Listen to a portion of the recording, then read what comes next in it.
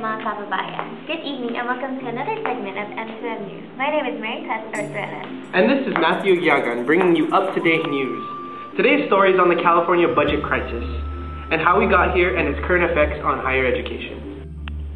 At the peak of the business cycle, the state was already taking in less revenue than it was expending. According to Professor Daniel Mitchell of the Anderson School of Business in UCLA, the faltering economy and the loss of taxable gains from the stock market worsened the deficit and brought about the current fiasco.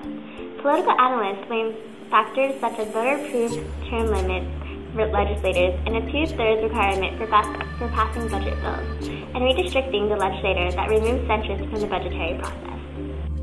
Barbara O'Connor, director of the Institute for the Study of Politics and Media at Sacramento State University, cites inflation, population growth, and mandates, like Proposition 13, which placed a limit on state property rate taxes that resulted in restrictions on tax increases.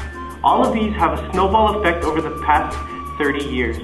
Add these to California's extremely high home foreclosure rate, and a global recession, and the deficit quickly adds up. In the past, the state would borrow or sell bonds to bridge the gap, but with the current credit crunch, few investors are willing to offer assistance.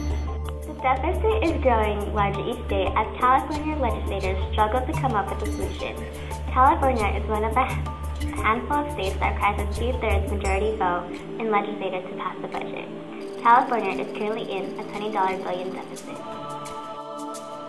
The economic crisis in California spelled hardship at California's state public universities, as budgets are balanced through a combination of tuition fee hikes and pay cuts for faculty and other workers.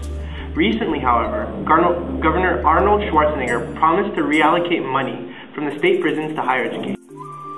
Schwarzenegger has promised to protect education, but didn't say whether or not that would consist of additional cuts.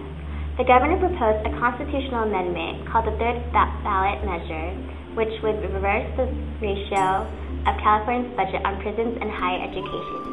California currently spends 11% of its budget on prisons and 7.5% on higher education.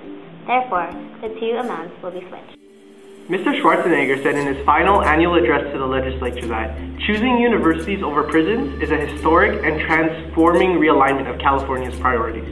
His proposed ballot measure has yet to be finalized, but it has already been met with criticisms. Some have called it unnecessary and ill-conceived measure that would do serious harm to the budget process. We shall keep you posted on the current state of the California budget crisis as more information becomes available. This is Matthew Yagan. And I'm Mary Tess Ortreras for M2M News. Have a good afternoon. Night. And morning. Goodbye. Later.